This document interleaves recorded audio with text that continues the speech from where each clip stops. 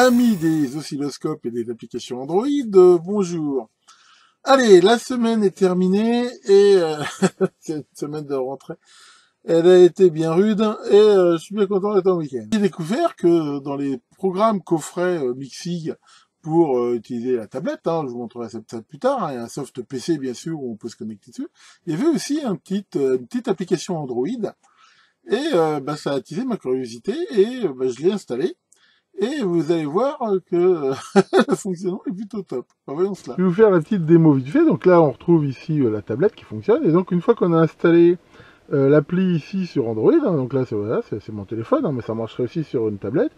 Il suffit d'activer le Wi-Fi ou le réseau, de mettre ici l'adresse IP de l'oscillo. Et en fait, c'est une synchronisation de l'affichage. C'est-à-dire que tout ce qu'on va faire ici, comme on le voit sur l'oscillo, va être refait sur l'écran. Et tout ce qu'on fait ici va être aussi refait là. Donc là, par exemple, si je mets un signal, voilà, et là je suis en mode balayage très lent, voilà, ça c'est le cœur de Maurice. Et ici, on le voit. Donc si par exemple je change ici la fréquence, 1 kHz par exemple, voilà, donc là, je peux ici, comme on le voit, augmenter la vitesse, ça répond super bien. Ou je peux aussi, voilà, ici le faire, ici au niveau donc de l'oscillo. Enfin, voilà, c'est vraiment une synchro dans les deux sens de ce truc-là. Est-ce que c'est vraiment utile? Je pense que comme ça, pas forcément. Maintenant, je trouve que c'est pas forcément con. Pourquoi? Parce que ça m'est arrivé d'avoir des fois des trucs à régler, par exemple, où le câble de la sonde et tout est pas assez long. Or là, voilà, avec le téléphone, on peut quand même, on peut vraiment tout faire, tout ce qu'on peut faire ici sur l'oscillo, ici à distance sur une tablette ou même ici un simple téléphone, et voilà, ça le fait vraiment bien, ça réagit top banane, quoi. Voilà, c'était juste cette petite démo très rapide. Alors un point important quand même, c'est une application Android qui n'est pas sur le store, donc c'est pas la peine de la chercher, vous la trouverez pas. Elle est disponible dans un point rare qu'on peut télécharger sur le site de Mixig.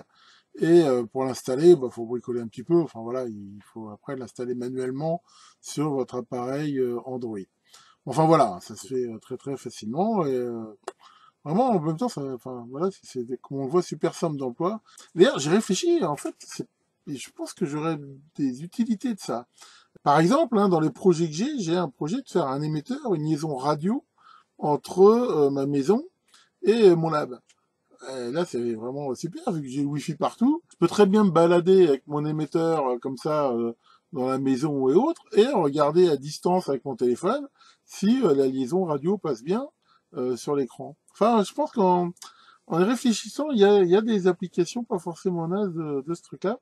Et en même temps, je veux dire, elle est gratuite, elle est dispo, avec ses livrets avec.